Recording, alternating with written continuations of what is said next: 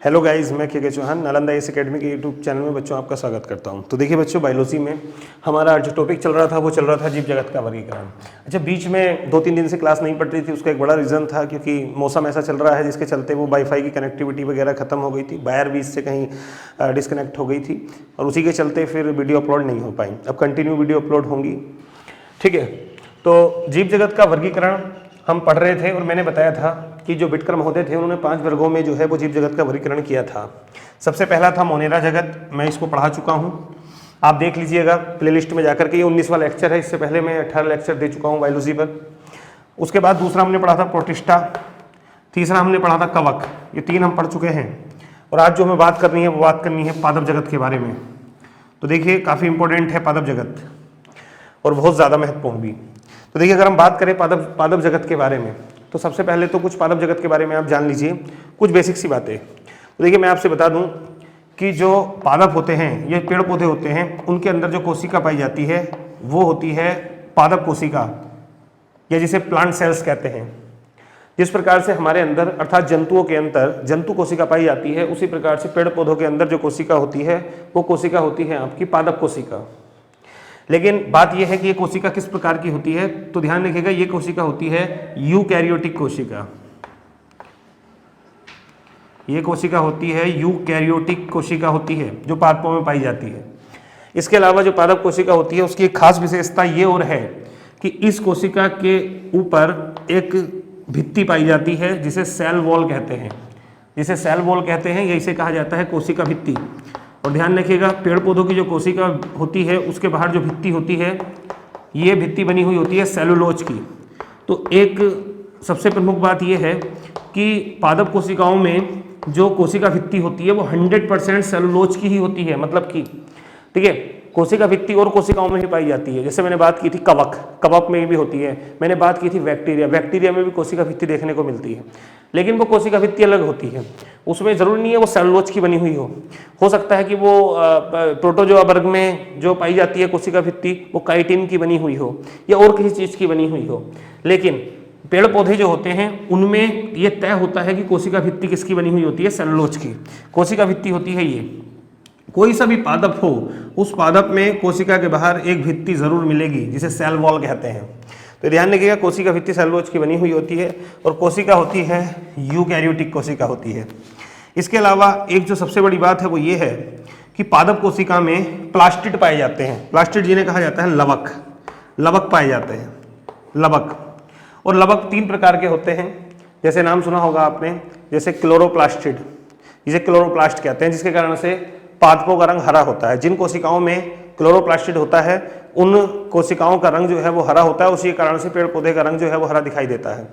ऐसे कुछ होते हैं क्रोमोप्लास्ट, वर्णी लवक, जिनके कारण से अलग अलग रंग के जो है वो आपके पेड़ पौधे दिखाई देते हैं। और मैंने बताया भी था कि अलग अलग प्रकार के वर्णी लवक होते हैं, क्रोमोप्लास्ट अलग अलग प्रकार के होते हैं। और जैसे आपने देखा होगा कि टमाटर में लाइकोपिन के कारण टमाटर लाल होता है, तो लाइकोपिन क्या है, एक वर्णी लवक है। इसी प्रकार से कुकरमिन के कारण हल्दी पीली होती है, तो कुकरमिन क्या है, ये भी एक वर्णी लवक है।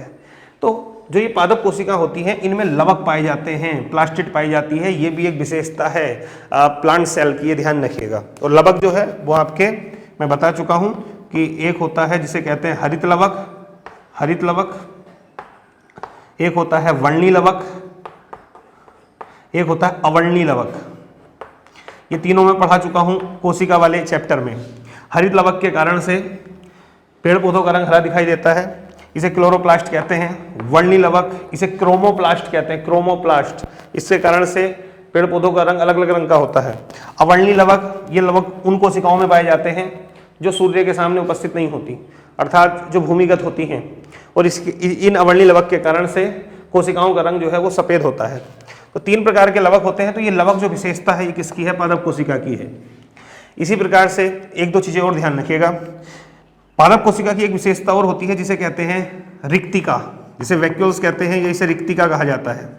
एक्चुअली इस वीडियो को देखने से पहले आप एक बार कोशिका वाली वीडियो को जरूर देखिएगा। जो पादप कोशिकाएं होती हैं उनमें बीच बीच में रिक्तिकाएं पाई जाती हैं, ठीक है, बीच बीच में वो वैक्यूल्स पाए जाते हैं, रिक्तिकाएं होती हैं। और ये रिक्तिकाएं कोशिका के अंदर एक टेंशन पैदा रखती है। टेंशन मतलब हो गया तनाव, मतलब कि जो पूरे का पूरा द्रव्य होता है उस द्रव्य में खिंचाव रखती हैं, ठीक है। और उसके साथ साथ जो कोशिकाओं का अपशिष्ट होता है वो अपशिष्ट भी आकर के इन रिक्तिकाओं के अंदर इकट्ठा हो जाता है। आप कहेंगे कि जंतु कोशिका में ऐसी रिक्तिकाएं नहीं होती, मैं कहूँगा होती हैं, लेकिन जंतु कोशिकाओं में रिक्तिकाएं छोटी होती हैं, लेकिन पादपों में या मैं कहूँ प्लांट सेल्स में ये रिक्तिकाएं बड़ी होती हैं। तो रिक्तिका किसकी विशेषता है? पादप कोशिका की। लवक किसकी विशेषता है? पादप कोशिका की। कोशिका भित्ति किसकी विशेषता है? पादप कोशिका की, ठीक है। तो ये कुछ बातें हैं जो आपने याद रखनी है। आगे हम बात करते हैं। अब देखिए, हम बात कर रहे हैं पादप जगत के बारे में। तो एक्चुअली पादप जगत को दो भागों में बांटा जाता है, एक जिसे हम कहते हैं क्रिप्टोगेमी और दूसरे होते हैं आपके फेनरोगेमी। एक होते हैं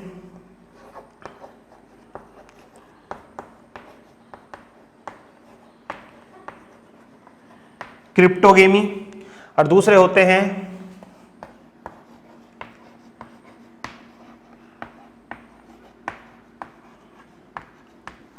फेनेरोगेमी, ठीक है। मैं यहां लिख देता हूं, एक हो गए क्रिप्टोगेमी और दूसरे हो गए फेनेरोगेमी। अगर हिंदी में बात करें तो हिंदी में इसे बोला जाता है अपुष्पी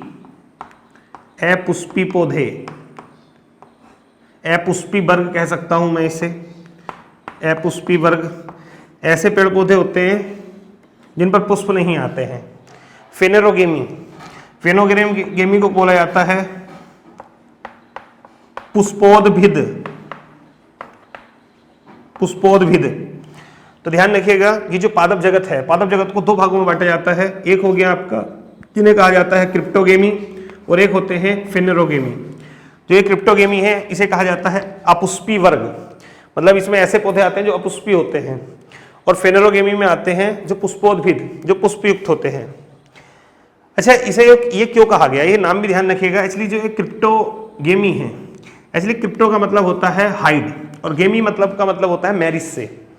तो एक्चुअली इसमें हाइड मैरिज, अर्थात जो इस प्रकार के पौधे होते हैं, जितने भी इस प्रकार के पादप होते हैं, प्लांट होते हैं, तो उनमें जो रिप्रोडक्शन होता है, प्रजनन होता है, वो हाइड होता है। एक्चुअली जो पहले समय के लोग थे, वो पहले समय के जो वैज्ञानिक थे, वो इनके प्रजनन को समझ नहीं पाए, इनके प्रजनन को देख नहीं पाए, समझ नहीं पाए। हालांकि अब सब चीज़ें तो ये डेवलप हो चुकी हैं, लेकिन उस समय नहीं समझ पाए।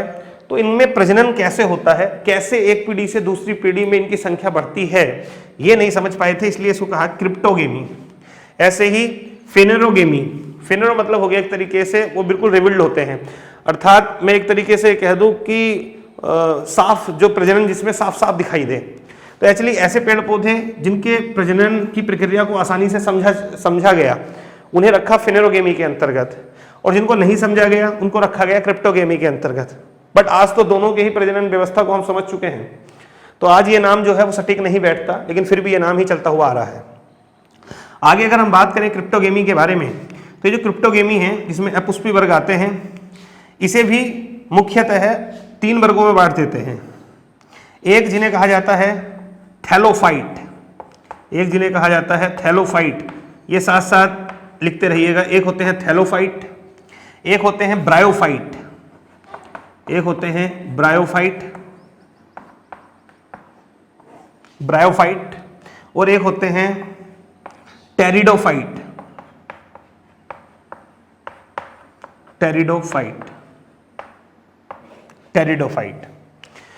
तो क्रिप्टोगेमी में भी तीन प्रकार के आते हैं, एक होते हैं थैलोफाइट, एक होते हैं ब्रायोफाइट, एक होते हैं टेरिडोफाइट। इसी प्रकार से जो फेनेरोगेमी होती है, अर्थात मैं कहूं पुष्पोद्भिद जो होते हैं, वो भी दो वर्ग में आते हैं। एक होते हैं जिन्हें कहा जाता है एंजियोस्पर्म, एक होते हैं जिम्नोस्पर्म, अर्थात एक होते हैं आवर्तबीजी, एक होते हैं अनावर्तबीजी। तो इस चीज को थोड़ा सा आगे समझते हैं और एक एक करके सब चीजों को समझेंगे। तो इसको मैं साफ कर दे रहा हूं यहां पर।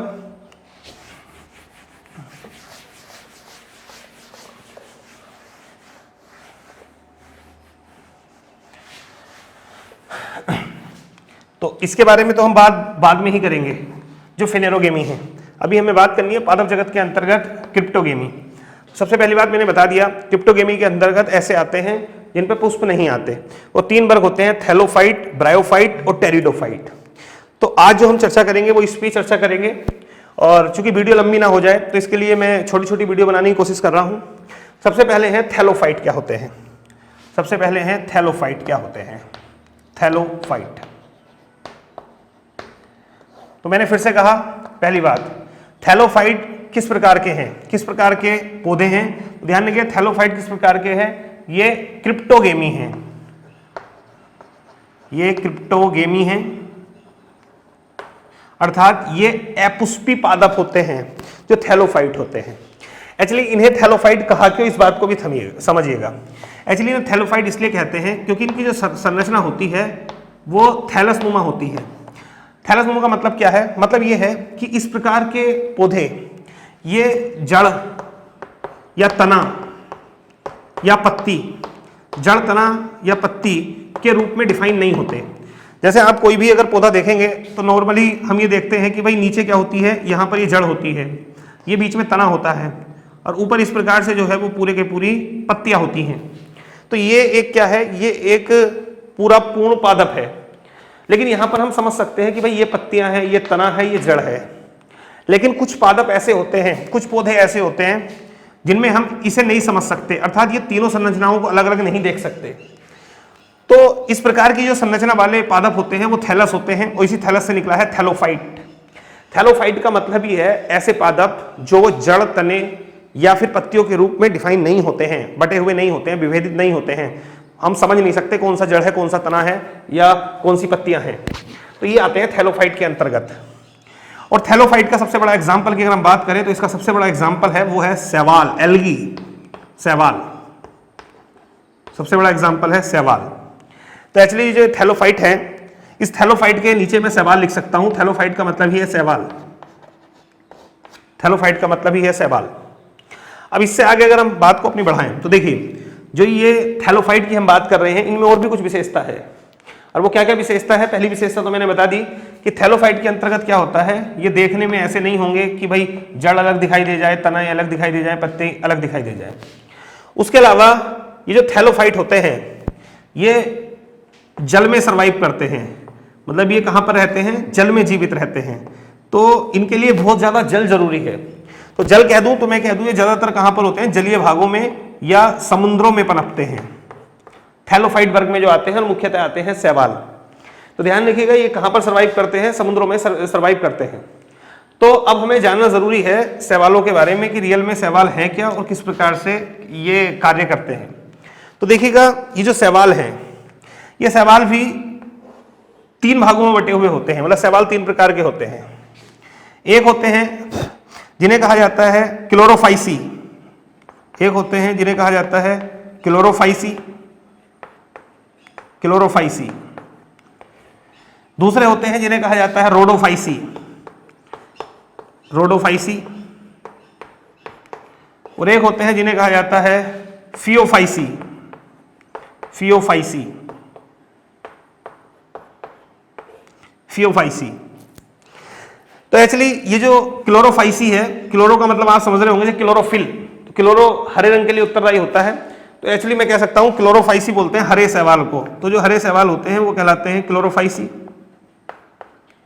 रोडोफाइसी, रोडो मतलब लाल शैवाल, रोडोफाइसी बोलते हैं। और इसी प्रकार से फियोफाइसी, ये होते हैं भूरे शैवाल, भूरे शैवाल। तो शैवाल 3 प्रकार के होते हैं, हरे शैवाल, लाल शैवाल और भूरे शैवाल।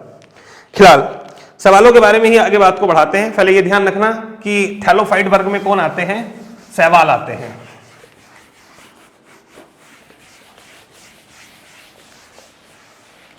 देखिए जब क्लासिफिकेशन इस प्रकार से नहीं किया गया था, आप जानते हैं कॉलिनियस ने जो पहले क्लासिफिकेशन किया था उस क्लासिफिकेशन में तो उन्होंने 2 ही वर्ग बनाए थे, एक बनाया था जंतु जगत और एक बनाया था पादप जगत। जो पादप जगत था उस पादप जगत के अंतर्गत ही कप्पों को भी रख दिया गया था, प्रोटोजोआ को भी रख दिया गया था और शैवालों को भी रख दिया गया था। फिलहाल ये जो नया है तो मैंने क्या पादप जगत, और पादप जगत में 2 भाग है, एक है क्रिप्टोगेमी और एक है फेनेरोगेमी। क्रिप्टोगेमी की हम बात कर रहे थे और इसमें पहली चीज इस चीज से हम कह रहे थे थैलोफाइट, और थैलोफाइट में मैंने प्रमुख एग्जाम्पल बताया था और वो है शैवाल। शैवाल के बारे में बात करते हैं। तो देखिए, अगर सवाल के बारे में बात की जाए तो सबसे पहली बात मैं बता दूं आपको कि सवाल थैलोफाइट के अंतर्गत आते हैं, एक तरीके के पादप ही हैं। लेकिन मेन बात क्या है कि इनके अंदर, सवाल के अंदर जो कोशिका होती है वो कैसी होती है, यूकैरियोटिक होती है। यूकैरियोटिक का मतलब आप समझते हैं, यूकैरियोटिक कोशिका वो कोशिका होती हैं जिनके अंदर वो सभी ऑर्गन पाए जाते हैं जो द्विझिल्ली से बने हुए होते हैं, जो ड्यूल मेम्ब्रेन से बने हुए होते हैं, जैसे एंडोप्लाज्मिक रेटिकुलम, माइटोकॉन्ड्रिया, क्लोरोप्लास्ट, वो सब ऑर्गन जो है वो इन कोशिकाओं में पाए जाते हैं। तो सवालों में यूकैरियोटिक कोशिका होती है। लेकिन अगली बात आती है कि जो यूकैरियोटिक कोशिका होती है तो ये सवाल एकल कोशिकीय होते हैं, अर्थात एक कोशिका से मिलकर के बनते हैं, या फिर बहुकोशिकीय होते हैं। तो मैं यहाँ पर आपको एक बात क्लियर कर दूं कि जो सवाल होते हैं वो एकल कोशिकीय भी होते हैं और बहुकोशिकीय भी होते हैं। लेकिन जो एकल कोशिकीय सवाल होते हैं उन्हें हम जो है वो किस वर्ग में रख देते हैं, उन्हें हम रख देते हैं दो वर्गों में, एक बैक्टीरिया वर्ग में, या मैं कहूं मोनेरा जगत में, मोनेरा जगत में। अब सब चीजें एक दूसरे जुड़ती चली जाएंगी। और दूसरा वर्ग है वो है प्रोटेस्टा वर्ग, प्रोटेस्टा में। अभी चर्चा करता हूं यहां पर, मैंने क्या कहा, सवाल यूकैरियोटिक से बने हुए हैं। सवाल जो है वो आपके यूकैरियोट कोशिका से मिलकर के बने हैं, और ये जो सवाल होते हैं इनमें एकल कोशिकीय भी होते हैं और बहुकोशिकीय भी होते हैं। लेकिन अब बात यह है, मैंने कहा कि एकल कोशिकीय सवाल जो होते हैं उन्हें हम मोनेरा जगत में रख देते हैं और प्रोटेस्टा जगत में रख देते हैं। तो फिर इन्हें हम पादप जगत में क्यों रख रहे हैं? देखिए, पादप जगत में हम रखते हैं बहुकोशिकीय यूकैरियोटिक सवालों को। तो एक कोशिकीय एग्जाम्पल कैसे है, जैसे मैंने एक आपसे बात की थी नील हरित शैवाल, नील हरित शैवाल, नील हरित शैवाल। शायद आपने मोनेरा पढ़ा होगा जब मैंने चर्चा करी थी नील हरित शैवालों की। एक्चुअली ये नाम आपको दिखाई दे रहा है नील हरित शैवाल की, ये शैवाल है नहीं।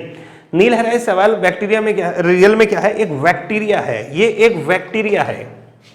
अब से 30 साल पहले तक इन्हें जो है वो शैवाल ही माना जाता था, लेकिन बाद में देखा गया कि नहीं, इनकी संरचना बैक्टीरियाओं के ज्यादा नजदीक है। ये बैक्टीरियाओं के ज्यादा नजदीक है, इनके अंदर वो सब चीजें होती हैं जो बैक्टीरियाओं के पास है। लेकिन एक बड़ा अंतर है, बड़ा अंतर यह है कि शैवालों में होता है प्रकाश संश्लेषण, शैवालों में होता है प्रकाश संश्लेषण, प्रकाश संश्लेषण। तो ध्यान रखिएगा, तो ऐसे ही कुछ ऐसे एकल कोशिकीय शैवाल हैं जिनमें प्रकाश संश्लेषण देखा जाता है। तो प्रकाश संश्लेषण के आधार पर इस प्रकार की संरचना को नीलहरित शैवालों में रख दिया गया। लेकिन बाद में देखा गया कि भाई ये ज्यादा नजदीक बैक्टीरियाओं के हैं, तो फिर इनको पूर्णतः क्या कर दिया गया, बैक्टीरिया जगत में रख दिया गया। और चूंकि इन्हें बैक्टीरिया जगत में रखा तो ये किस जगत में आ गए, मोनेरा जगत में। तो नीलहरित शैवाल को आज हम कहते हैं साइनोबैक्टीरिया, इन्हें हम कहते हैं साइनोबैक्टीरिया। ध्यान रखिएगा, साइनोबैक्टीरिया में कौन आते हैं, नीलहरित शैवाल आते हैं। नीलहरित शैवाल वास्तविकता में बैक्टीरिया है, कहने के लिए आप इन्हें शैवाल कह सकते हैं, भैया ये शैवाल है, लेकिन नहीं, उन्हें हम रखते हैं मोनेरा जगत में। अब इसी प्रकार से कुछ ऐसे एकल कोशिकीय होते हैं शैवाल जो यूकैरियोटिक कोशिका से मिलकर के बने होते हैं और जल में रहते हैं। जैसे मैंने पढ़ाया था प्रोटिस्टा वर्ग में डाइटम, शायद आपने सुना हो। तो ऐसे ही मैंने बताया था डाइफ्लेजिलेट्स, डाइटम की बात की थी। इसी प्रकार से डाइफ्लेजिलेट्स की बात की थी। समझ में तभी अच्छे से आएगा जब आप पुरानी वीडियो को देखेंगे। तो डाइटम हुआ, डाइफ्लेजिलेट्स हुआ, ये भी कहने के लिए एक प्रकार के सवाल ही हैं, लेकिन कुछ भिन्नता के कारण से इन्हें किसके अंतर्गत रख दिया गया, प्रोटिस्टा वर्ग के अंतर्गत रख दिया गया। तो मोनेरा जगत को, प्रोटिस्टा जगत को एक बार समझ लीजिएगा। लेकिन अब बात हम कर रहे हैं कि वो सवाल जिन्हें हम रखते हैं पादप जगत के अंतर्गत। तो जिन सवालों को हम पादप जगत के अंतर्गत रखते हैं, ध्यान रखिएगा, वो प्रकाश संश्लेषण करते हैं, यूकैरियोटिक कोशिका से बने होते हैं, और सबसे बड़ी बात है वो कैसे होते हैं, बहुकोशिकीय होते हैं। मतलब उनमें एक से ज्यादा कोशिका पाई जाती है उन सवालों में। और ये जो सवाल होते हैं, ये सवाल 3 प्रकार के होते हैं। एक होते हैं जिन्हें कहा जाता है, मैं भी बता चुका हूं आपको, एक होते हैं आपके क्लोरोफाइसी, एक होते हैं रोडोफाइसी, और एक होते हैं फियोफाइसी। तो आगे हमें इन्हीं तीनों पे बात करनी है, लाल सवाल, भूरे सवाल और हरे सवाल। ठीक है, ये थोड़ी सी बातें ध्यान रखिएगा।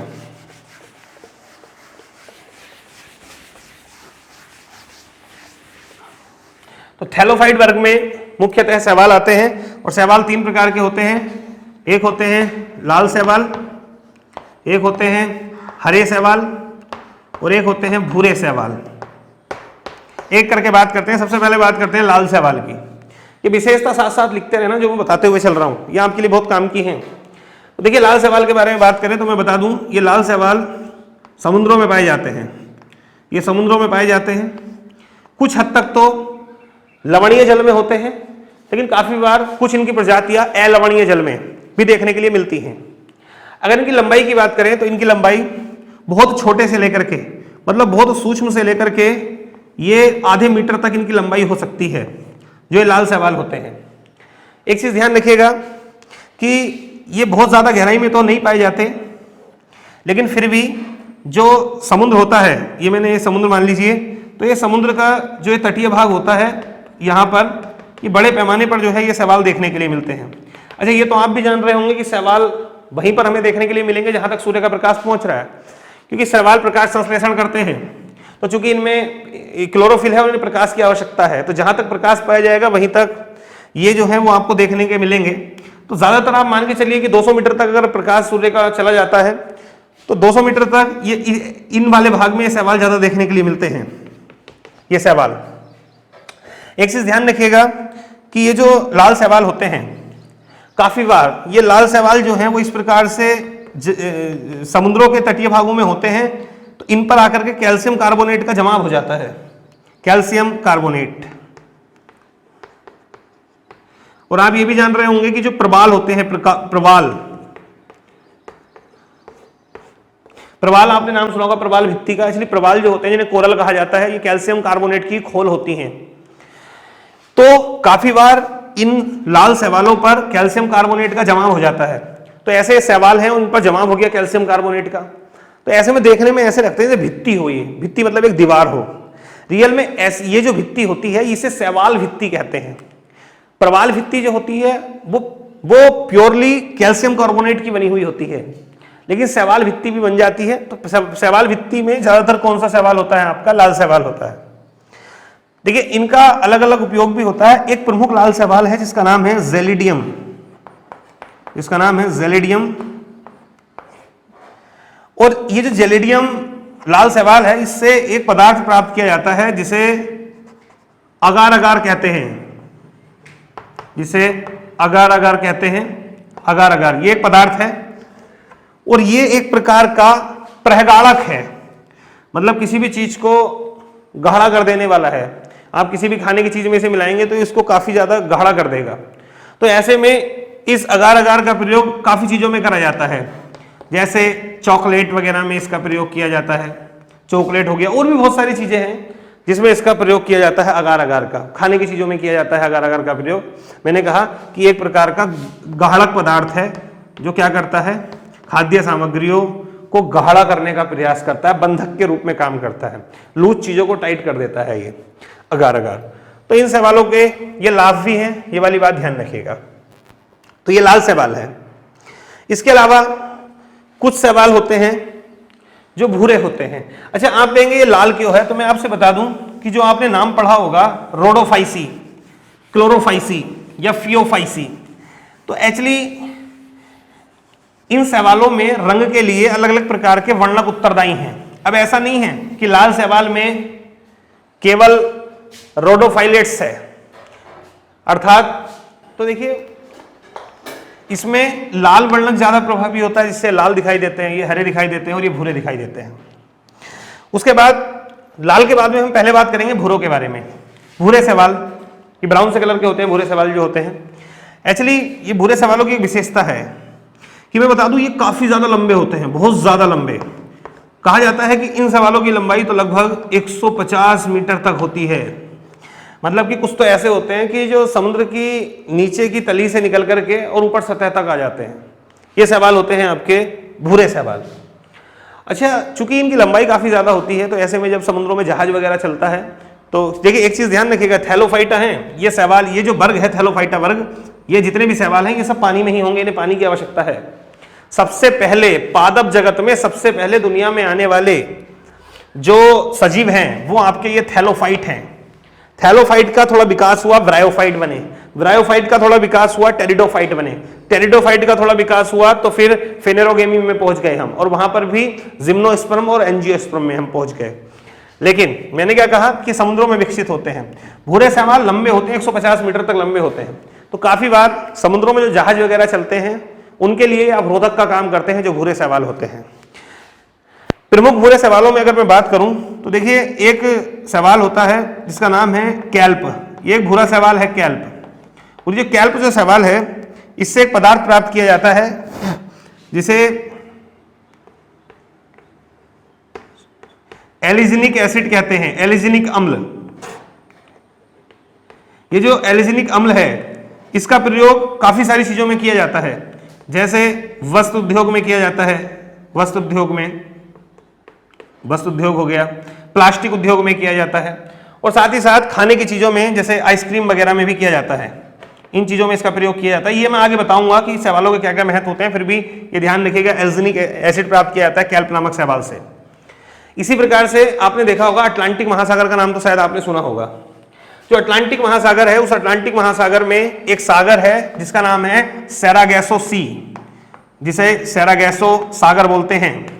एक्चुअली सैरागैसो सागर उसका नाम इसलिए पड़ा है क्योंकि वो जो अटलांटिक, उत्तरी अटलांटिक महासागर का जो भाग है बीच वाला, वहां पर ये सैरागैसो घास पाई जाती है। एक्चुअली ये घास नहीं है, ये एक शैवाल है, ये एक शैवाल है। और ये भी किस प्रकार का शैवाल है? एक भूरा शैवाल है। इसकी भी, ये समुद्री सतह पर होता है और ये भी काफी बार बाधा उत्पन्न करता है जहाज वगैरह के चलने में। ध्यान रखिएगा, इस शैवाल से भी कृत्रिम ऊन वगैरह का निर्माण किया जाता है। जो कृत्रिम ऊन होती है उसका निर्माण किया जाता है, कृत्रिम ऊन का इससे निर्माण किया जाता है। तो ये जो है वो आप ध्यान रखिएगा। इसी प्रकार से एक बात और बता दूं मैं आपसे कि कुछ ऐसे खनिज होते हैं जो शैवालों में ही संचित होते हैं, और ऐसे ही एक और शैवाल है जिसका नाम होता है लेमिनेरिया। एक्चुअली जो लेमिनेरिया शैवाल है इसमें बड़ी मात्रा में आयोडीन संचित होता है। इस शैवाल में आयोडीन होता है, तो आयोडीन को इससे प्राप्त किया जाता है।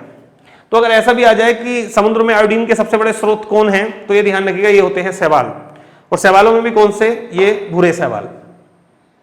तो लाल शैवालों की मैंने बात की, भूरे शैवालों की मैंने बात की। रंग में अंतर का कारण है इनमें पाए जाने वाले जो वर्णक होते हैं। इसी प्रकार से बात अगर करें हरे शैवालों के बारे में, तो देखिए जो ये हरे शैवाल होते हैं ये हरे कलर के दिखाई देते हैं क्योंकि इसमें क्लोरोफाइलिड्स ज्यादा प्रभावी होता है। ध्यान रखिएगा, ये जो हरे रंग के शैवाल होते हैं ये काफी बार कवकों के साथ मिलकर के, मतलब ये जो हरे शैवाल होते हैं ये काफी बार कवक के साथ मिलकर के सहजीवी जीवन भी जीते हैं। सहजीवी का मतलब समझ रहे होंगे कि दो अलग अलग वर्ग की प्रजातियां आपस में एक तरीके से वो सिम्बायोटिक हो जाएं, मिल जाएं, कुछ तुम करो कुछ हम करें और उस तरीके से जीवन यापन करें। तो ये हरे शैवाल जो होते हैं, ये हरे शैवाल कवकों के साथ मिलकर के सहजीवी जीवन जीते हैं, और इनके सहजीवन से जो नया वर्ग सामने आता है उसे कहते हैं लाइकेन। एक्चुअली लाइकेन का निर्माण किनके द्वारा होता है? हरित शैवालों के द्वारा ही होता है। ध्यान रखिएगा, हरित शैवाल ही लाइकेन का निर्माण करते हैं। लाइकेन आपने सुना होगा, तो एक्चुअली लाइकेन को हम किसी एक वर्ग में नहीं रखेंगे। हम ये नहीं कहेंगे वो मोनेरा है या इस वर्ग में है, इस वर्ग में है। एक्चुअली जो निर्माण हुआ है लाइकेन का वो दो वर्गों के लोगों से हुआ है, एक तो कवक जगत के और दूसरे पादप जगत के। और पादप जगत में भी क्रिप्टोगेमी, और क्रिप्टोगेमी में भी थैलोफाइट, और थैलोफाइट में भी हरे शैवाल। तो हरे शैवाल सहजीवी जीवन जीते हैं कवकों के साथ, और ऐसे में लाइकेन का निर्माण करते हैं। लाइकेन बहुत प्रकार के होते हैं, रमेलाइना हो गया, परमेलिया हो गया, रोसेला हो गया, मैं अलग से इनको बता दूंगा। ये लाइकेन जो है इनका अलग अलग यूज होता है, ठीक है। खैर, ठीक है। ऐसा ही एक हरा शैवाल है जिसका नाम है क्लोरेला। ये ध्यान रखिए, क्लोरेला। ये क्लोरेला जो शैवाल है ये बहुत महत्वपूर्ण है। एक्चुअली इसके अंदर एक गुण है क्लोरेला शैवाल के अंतर्गत, एक तो ये पौष्टिक है। कहते हैं कि इसमें पालक वगैरह, सोयाबीन वगैरह में जो पोषण होता है वो इसमें क्लोरेला में पाया जाता है। साथ ही साथ इनमें बढ़ने की क्षमता बहुत होती है, संवर्धन की क्षमता बहुत होती है, बहुत जल्दी विकसित होते हैं। तो ऐसे में क्लोरेला का प्रयोग किया जाता है आपका भोजन के रूप में। देखिए शैवालों का प्रयोग भोजन के रूप में भी होता है, जैसे मैंने बताया क्लोरेला, ऐसे स्पाइरोलिना होता है, स्पाइरोलिना स्पाइरुलिना एक भूरा शैवाल है। तो जो क्लोरेला है या स्पाइरुलिना है, इनका खाने के रूप में प्रयोग किया जाता है। और जो आपने देखा होगा अंतरिक्ष में जो लोग जाते हैं, भाई अंतरिक्ष में लोग जाएंगे नीचे से खाने के लिए कुछ ना कुछ लेकर के जाएंगे, लेकिन वो ज्यादा समय वहां अगर रुकना पड़ गया अंतरिक्ष में या कुछ भी ऐसा है तो वो सब खत्म हो जाएगा। तो ऐसे में विकल्प के रूप में भी इस शैवाल को देखा जा रहा है, क्योंकि बहुत जल्दी विकसित होते हैं।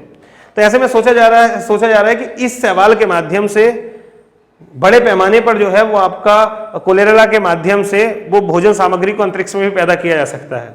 ये क्वेश्चन एक बार पूछा गया है कि जो अंतरिक्ष में, क्योंकि एक खास बात ये भी है कि समझिएगा कि जो अंतरिक्ष यात्री होते हैं उन्हें बड़े पैमाने पर जरूरत होती है ऑक्सीजन वगैरह की, इन सब चीजों की जरूरत होती है, और जिसके लिए क्लोरेला बहुत उपयोगी होगा। क्लोरेला होगा तो इस कंडीशन में बड़े पैमाने पर जो है वो आपका ऑक्सीजन का सिक्रेशन भी होगा और साथ साथ भोजन भी जो है वो तीव्रता के साथ संवर्धित होगा। तो ये ध्यान रखिएगा, ये इंपॉर्टेंट है। एक शैवाल क्लोरेला शैवाल, और ये किसमें आता है? हरे शैवालों के अंतर्गत आता है। तो मैंने आपसे मोटे मोटे तौर पर 3 शैवालों के बारे में बात की। एक तो बात की लाल शैवाल के बारे में, एक बात की हरे शैवाल के बारे में, और एक बात की भूरे शैवाल के बारे में।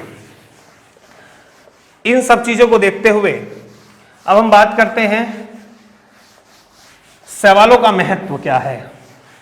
अच्छा, ये तो समझ में आ गया होगा कि शैवाल किस वर्ग में आते हैं, किस वर्ग में आते हैं? थैलोफाइटा में आते हैं। थैलोफाइटा किस में आते हैं? क्रिप्टोगेमी में, और ये पादप जगत का एक भाग है।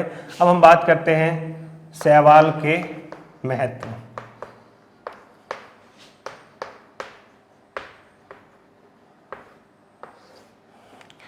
तो सबसे पहले भोजन के रूप में शैवाल, भोजन के रूप में, तो देखिए भोजन के रूप में मुख्यतः 2 शैवाल बड़े पैमाने पर यूज किए जाते हैं। एक तो मैंने अभी बताया क्लोरेला, और एक है स्पाइरुलिना। आपने देखा होगा कि स्पाइरुलिना की गोली भी आती है। अनेक कंपनियां हैं, जो नई कंपनियां आ रही हैं, एम्बे वगैरह, ये अपने यहाँ की गोली बनाती है स्पाइरुलिना के नाम से। एक्चुअली स्पाइरुलिना एक शैवाल है, ये भूरा शैवाल है स्पाइरुलिना, और ये स्पाइरुलिना ये काफी पौष्टिक होता है। ये बहुत ज्यादा पौष्टिक है, ये पौष्टिक होता है। कहते हैं कि इसमें पूरे का पूरा विटामिन का बी कॉम्प्लेक्स होता है। आप जानते हैं विटामिन में बी विटामिन एक समूह है जिसमें बहुत सारे विटामिन होते हैं, जैसे थाइमिन हो गया, बेरी हो गया, ठीक है, बेरी तो रोग है, जैसे थाइमिन हो गया, इसी प्रकार से आपका राइबोफ्लोविन हो गया, इसी प्रकार से नियासिन हो गया, पेंटोथेनिक हो गया, पैराडॉक्सिन हो गया, बायोटिन हो गया। तो काफी सारे इसमें जो है वो आपके विटामिन होते हैं बी कॉम्प्लेक्स में। तो बी कॉम्प्लेक्स के जितने विटामिन हैं वो स्पाइरुलिना में मिलते हैं। विभिन्न प्रकार के खनिज जो मिनरल्स होते हैं वो भी इसमें मिलते हैं। तो इसलिए इस स्पाइरुलिना नामक शैवाल का प्रयोग खाने के रूप में किया जाता है। क्लोरेला मैं आपको बता चुका हूं, इसमें पालक और सोयाबीन जैसे गुण उपस्थित होते हैं, वो सब पोषण उपस्थित होता है।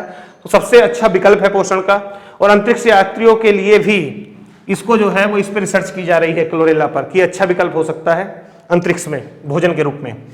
एक तो भोजन के रूप में प्रयोग होता है।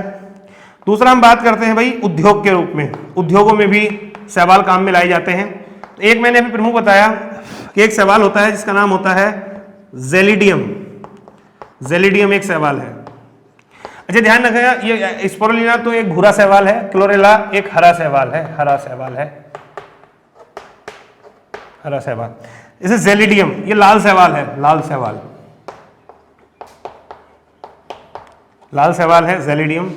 इससे प्राप्त किया जाता है, मैंने बताया अभी, अगार प्राप्त किया जाता है। अगार ये अगार एक गाढ़क पदार्थ है। गाढ़क मतलब किसी भी चीज को टाइट कर सकता है ये। तो इसका प्रयोग करा जाता है अनेक जो लूज भोजन सामग्रियां होती हैं उनको गाढ़ा बनाने के लिए। जैसे चॉकलेट वगैरह को अगर गाढ़ा बनाना है, शेक वगैरह को गाढ़ा बनाना है, तो उसके लिए अगार का प्रयोग किया जाता है। काफी सारी चीजों में किया जाता है। इसी प्रकार से एक होता है कैल्प, ये भूरा शैवाल है। कैल्प एक भूरा शैवाल है, और इससे प्राप्त किया जाता है एल्जिनिक एसिड। और जो एल्जिनिक एसिड होता है इसका प्रयोग काफी सारे उद्योगों में होता है, जैसे वस्त्र उद्योग में होता है, जैसे प्लास्टिक उद्योग में होता है। तो ये ध्यान रखें, वस्त्र उद्योग, प्लास्टिक उद्योग में एल्जिनिक एसिड का प्रयोग होता है, जो कैल्प नामक शैवाल से निकाला जाता है, और ये कैल्प एक भूरा शैवाल है। इसी प्रकार से आयोडीन का जो प्रोडक्शन होता है वो लेमिनेरिया नामक शैवाल से होता है। तो इस प्रकार के शैवालों को ध्यान रखिएगा। ऐसे ही एक और है, मैंने अभी बताया था शारगेशम। एक्चुअली ये जो सार्गेशम है ये भी एक प्रकार का शैवाल है और ये अटलांटिक महासागर में बड़े पैमाने में देखने को मिलता है। इससे कृत्रिम ऊन तैयार की जाती है।